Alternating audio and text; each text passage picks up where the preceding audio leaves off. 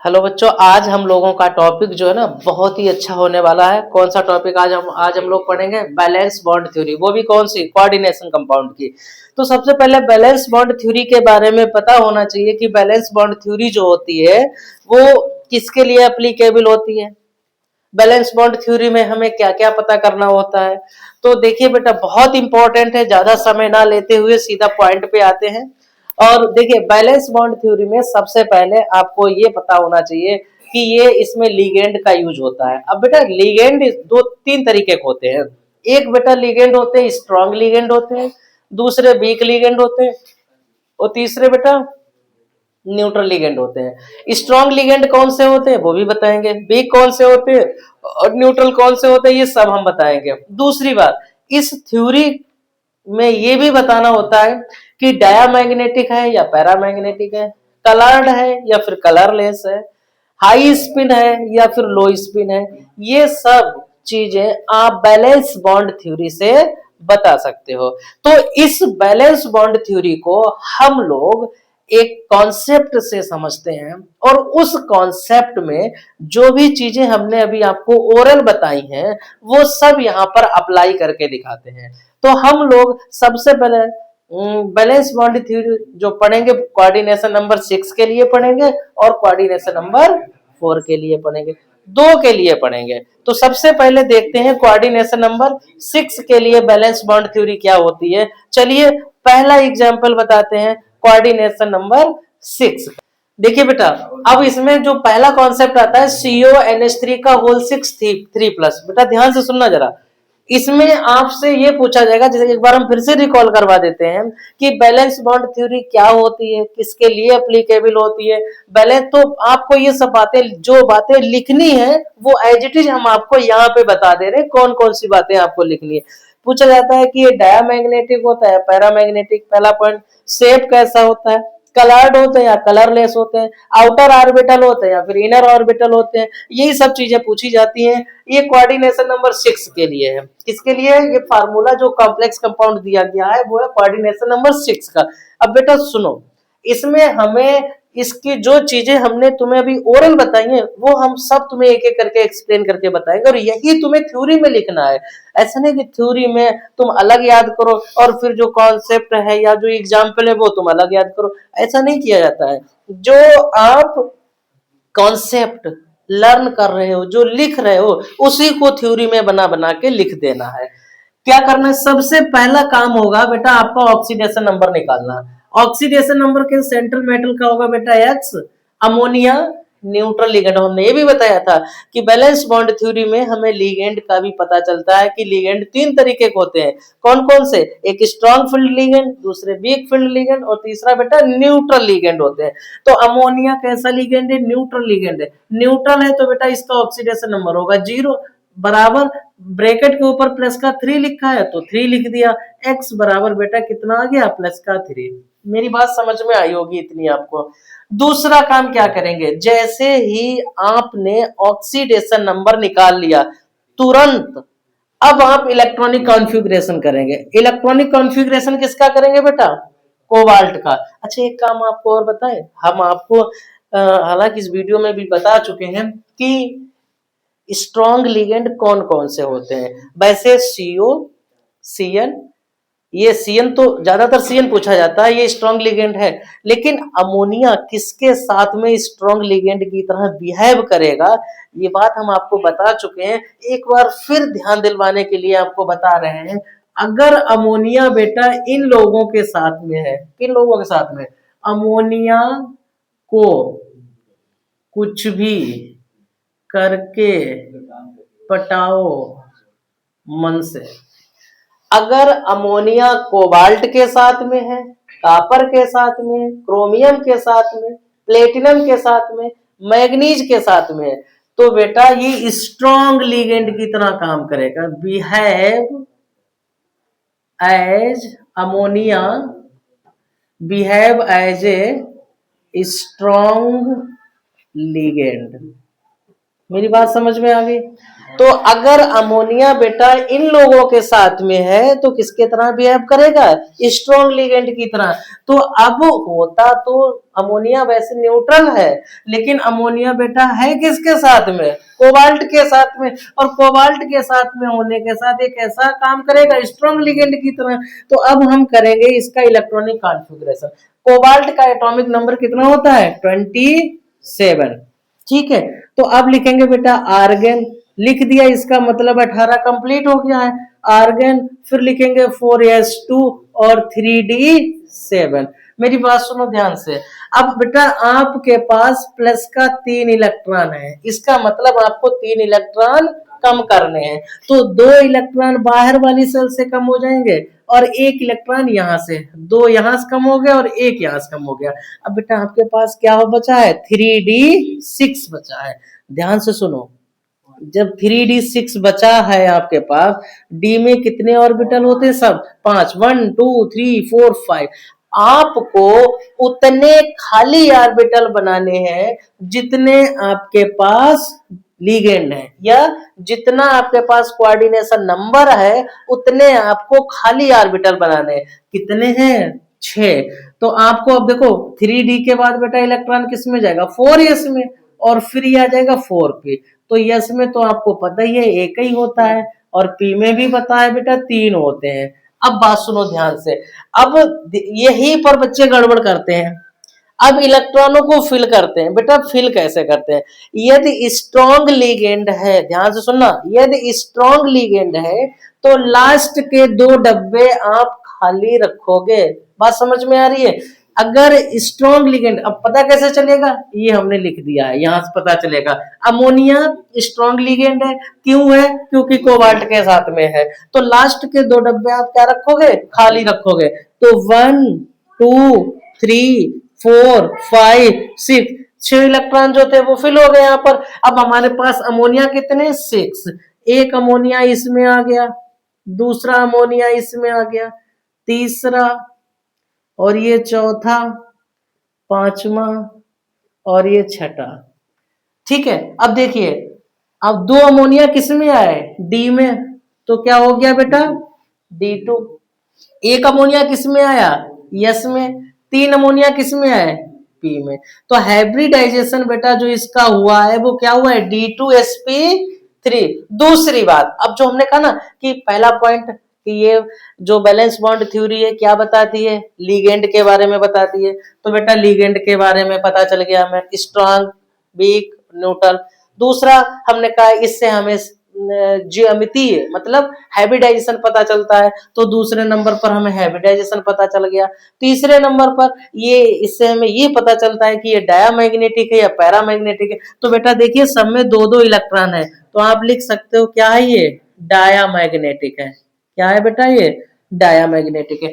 चौथी बात, आपको ये पता, इससे ये पता चलता है कि ये कलर्ड है या फिर कलरलेस है। तो बेटा डायामैग्नेटिक जो होते हैं वो सब कलरलेस होते हैं। कैसे होते हैं ये लो, कलरलेस हो गया। ठीक है, और कौन सी बात इससे पता चलती है, कलरलेस हो गया, डायामैग्नेटिक। अब इनर ऑर्बिटल है या फिर आउटर ऑर्बिटल है। तो इनर ऑर्बिटल और आउटर ऑर्बिटल के लिए आपको इसमें, जब किसी भी हाइब्रिडाइजेशन की शुरुआत यदि डी से होती है, ध्यान से सुनना, यदि किसी भी हाइब्रिडाइजेशन की शुरुआत डी से होती है तो फिर वो इनर ऑर्बिटल कॉम्प्लेक्स कहलाता है। क्या कहलाता है बेटा, इनर ऑर्बिटल कॉम्प्लेक्स कहलाता है। और जो इनर ऑर्बिटल कॉम्प्लेक्स होते हैं वो लो स्पिन कॉम्प्लेक्स कहलाते हैं। क्या होते हैं, तो आप एक पॉइंट और लिख सकते हैं, ये क्या है, इनर ऑर्बिटल कॉम्प्लेक्स। और बेटा इनर ऑर्बिटल कॉम्प्लेक्स कैसे होते हैं, लो स्पिन। कैसे होते हैं, लो स्पिन के होते हैं। तो बेटा उम्मीद है ये आपको समझ में आया, बहुत ही इंपॉर्टेंट टॉपिक है बहुत ही इंपॉर्टेंट कॉन्सेप्ट है। हमें नहीं लगता यदि बेटा अगर बैलेंस बॉन्ड थ्योरी आए और आप ना कर पाए। तो अभी हमने एक एग्जांपल आपको बताया है कोऑर्डिनेशन नंबर 6 का, और अब हम एक एग्जांपल आपको बताएंगे कोऑर्डिनेशन नंबर 4 का। लेकिन उससे पहले हम आपको एक बात और बताना चाह रहे हैं कि यदि मान लो बेटा यहाँ पर 6 की जगह पर यदि 8 इलेक्ट्रॉन आ जाए तो आप घबराना नहीं है। तो 6 की जगह पर यदि 8 इलेक्ट्रॉन आएंगे तो फिर आप एक डब्बा यूज कर लेंगे। बात समझ में आ गई कि यदि अब किसी में पता चला 8 आ गया या 10 आ गया, तो मतलब कुल मिला के यदि स्ट्रॉन्ग लिगेंड है तो फिर हमें यहाँ पर करना ये होगा कि हम पेयरिंग ही रखेंगे, कोई भी इलेक्ट्रॉन अनपेयर्ड नहीं रखेंगे। क्यों? क्योंकि वीक फील्ड जो होते हैं ना वो ही अनपेयर्ड होते हैं। बड़े लोग क्या करते हैं, पेयरिंग कर देते हैं ना। तो स्ट्रॉन्ग फील्ड लिगेंड जो होते हैं ना वो पेयरिंग करते हैं, और वीक फील्ड लिगेंड पेयरिंग नहीं करते। यदि यहाँ पर 8 होते तो ये वाला बॉक्स यूज कर लेते, सब ऑर्बिटल जो इसका डी वाला ये यूज कर लेते। मेरी बात समझ में आ गई? किसी बच्चे को कोई डाउट है तो फिर वो आप अपने मैसेज के माध्यम से हमें जरूर बताइएगा। चलिए इसके बाद हम लोग नेक्स्ट पढ़ते हैं। बेटा एक ही एक एग्जांपल बताएंगे, एक कोऑर्डिनेशन नंबर 6 का बताया, बट ध्यान इतना रखना है तुम्हें, ये सब काम लिगेंड के ऊपर हो रहे हैं, ठीक है। अब हम दूसरा तुम्हें बता रहे हैं कोऑर्डिनेशन नंबर 4 का, क्योंकि ज्यादा बड़ी वीडियो इसलिए नहीं बनाएंगे क्योंकि बच्चों को प्रॉब्लम ना हो, उनको केवल एक ही कॉन्सेप्ट चाहिए, तो फिर वो 1 घंटे की वीडियो क्यों देखें। जो उनको चाहिए वो उनको मिलेगा। NiCl4 2 negative. अब ध्यान से सुनो, अगर ये तुम्हें समझ में आ गया तो तुम्हारा, हम गारंटी के साथ कहते हैं, तुम्हारा बीबीटी से क्वेश्चन गलत नहीं होगा। क्या करना है आपको, NiCl4 सबसे पहला काम आपको ये करना है, ऑक्सीडेशन नंबर निकालना है। तो Na का होगा बेटा x, Cl पर माइनस का 1 चार्ज होता है लेकिन Cl है 4, तो माइनस का 4 इक्वल टू माइनस का 2, x बराबर बेटा प्लस का 2 आ गया। ध्यान से सुनो, दूसरी बात, जैसे ही आपने ऑक्सीडेशन नंबर निकाल लिया तो अब आप क्या करेंगे, अब आप निकिल, कोबाल्ट 27, निकिल होता है 28, आप इसका करेंगे इलेक्ट्रॉनिक। अब देखिए इलेक्ट्रॉनिक कॉन्फ़िगरेशन में आप लोग भी पूछते हो कि गड़बड़ हो जाता है कहां पे का। देखिए अब क्या करना है, ये आर्गन लिख दिया, फिर 4s2 लिख दिया और 3d8। बस ध्यान से सुनो, ये 18, 20 और 28। अब देखो यहाँ पर क्या करना है, इलेक्ट्रॉन को भरेंगे कैसे। सबसे पहला काम आपने इलेक्ट्रॉनिक कॉन्फ़िगरेशन कर लिया। इलेक्ट्रॉनिक कॉन्फ़िगरेशन करने के बाद आप देखेंगे कि आपके पास कितने प्लस का ऑक्सीडेशन नंबर आया, 2। तो आपको 2 इलेक्ट्रॉन यहाँ से क्या कर देने हैं, कम कर देने। ये लिख दिया हमने लेस, 2 इलेक्ट्रॉन आपके यहाँ से हो जाएंगे कम। अब क्या कर रहे हैं, अभी आप लोग फोन चलाते हो फिर यहाँ समझ में नहीं आएगा। अब क्या करना है कि अब आपको 2 इलेक्ट्रॉन आपने यहां से कम कर लिए, अब इसका इलेक्ट्रॉनिक कॉन्फ़िगरेशन क्या हो जाएगा, 3d8। ठीक है भाई, 2 इलेक्ट्रॉन आपने यहां से कम किए, यहां से थोड़ी कम किए, तो 3d8, 3d8 में डी में कितने ऑर्बिटल बनेंगे, 5, 1 2 3 4 5, 1 2 3 4 5 बन गए। डी के बाद आएगा बेटा 4s, 4s के बाद आएगा 4p। अब देखो यहां पर आ जाएंगे 3 ऑर्बिटल। करना ये है, आपको ये चेक करना है कि बेटा Cl जो है वो हमारा वीक फील्ड लिगेंड है। Cl कैसा है, वीक फील्ड लिगेंड है। तो वीक लिगेंड होने के कारण अब हम सबसे पहला काम करेंगे, इलेक्ट्रॉनों को एक एक करके भरेंगे, बचेंगे तो पेयरिंग करेंगे। तो देखिए 1 2 3 4 5 6 7 8, पहले हमने क्या किया, इलेक्ट्रॉनों को एक एक करके भरा है। उसके बाद अब क्या कर रहे हैं, पेयरिंग। पेयरिंग में 1 2 3 4 5 6 7 8। दूसरी बात, हमारे पास Cl कितने हैं, 4 Cl है, तो एक Cl इसमें आ गया, दूसरा, तीसरा, चौथा Cl यहां पर आ गया। ठीक है, तो अब क्या करना है यहाँ पर कि S में 1 Cl आया है, P में 3 Cl आए हैं, तो हाइब्रिडाइजेशन आपका हो जाएगा sp3।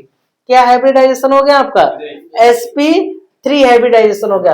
अब ध्यान रखो sp3 हाइब्रिडाइजेशन है तो आपको ये बताना है सबसे पहला पॉइंट पैरामैग्नेटिक है या फिर डायामैग्नेटिक है। तो देखिए इसमें दो अनपेयर्ड इलेक्ट्रॉन है, दो अनपेयर्ड इलेक्ट्रॉन है, तो इसका मतलब ये है आपका पैरामैग्नेटिक। जैसे ही पैरामैग्नेटिक आपको समझ में आ गया, तो पैरामैग्नेटिक अगर है तो फिर कैसा होगा, कलर्ड होगा। तो दूसरा पॉइंट आपने लिख दिया ये बेटा, कलर्ड है। पैरामैग्नेटिक है, कलर्ड है। अब आपको ये बताना है कि ये हाई स्पिन का है या फिर लो स्पिन का है। तो हमने बताया ना, पैरामैग्नेटिक वाले जो है ना, आप इसको पीएच करके याद कर लो। कैसे याद कर लो इसको, पीएच। मतलब पैरामैग्नेटिक जो होंगे वो हाई स्पिन कॉम्प्लेक्स, कैसे होंगे, हाई स्पिन कॉम्प्लेक्स के होंगे, और इनर ऑर्बिटल होंगे या फिर आउटर ऑर्बिटल होंगे। ये आउटर ऑर्बिटल में आएंगे, क्योंकि इनर में तो आएंगे नहीं, ये आएंगे आपके आउटर में आएंगे। ठीक है, तो पैरा, इसमें ये वाला पॉइंट इतना ध्यान रख लेना कि जो पैरामैग्नेटिक होते हैं वो कैसे होते हैं, हाई स्पिन कॉम्प्लेक्स वाले होते हैं। तो अभी हम लोग सीधा इसमें हम लोगों ने पढ़ा है। और दूसरी बात, अब इसकी एक ज्योमेट्री भी बता देते हैं। अभी हम ज्योमेट्री के देखो बेटा, हमने ये वाला, उम्मीद है कॉन्सेप्ट आपको समझ में आया होगा कि sp3 है, तो अब देखो ज्योमेट्री क्या होगी। तो ज्योमेट्री किसकी क्या होती है, sp से लेकर sp3d3 तक की ज्योमेट्री बिल्कुल अभी हम आपको बता रहे हैं। ठीक है, तो इसमें यदि किसी बच्चे को कोई डाउट है तो वो मैसेज के माध्यम से आप हमसे पूछ सकते हो, लेकिन उम्मीद है इतने विधिवत तरीके से समझाने के बाद में कोई डाउट होना नहीं चाहिए।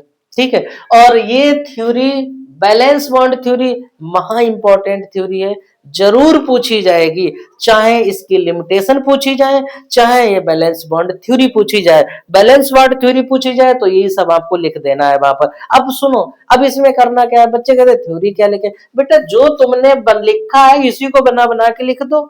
इसमें क्या कर लिखा तुमने, ऑक्सीडेशन नंबर निकाला है, इलेक्ट्रॉनिक कॉन्फ़िगरेशन किया है, फिर इलेक्ट्रॉनों को फिल किया है, फिल करने पर देखा है पैरामैग्नेटिक है तो कलर्ड होगा, डायामैग्नेटिक है तो कलरलेस होगा, हाई स्पिन का है या लो स्पिन का है, इसका हाइब्रिडाइजेशन का शेप क्या है, यही सब बातें लिखनी होती हैं। तो यही सब इस चीज से आपको क्लियर हो जाएंगे। तो उम्मीद है ये तुम्हें समझ में आई होगी। अब हम आपको ज्योमेट्री बताते हैं, किसकी क्या ज्योमेट्री होती है।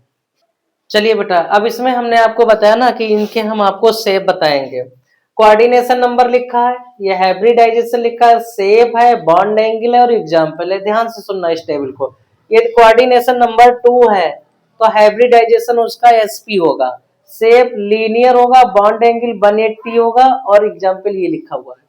अगर कोऑर्डिनेशन नंबर 3 है तो हाइब्रिडाइजेशन sp2 होगा, shape trigonal planar, bond angle 120, example ये है।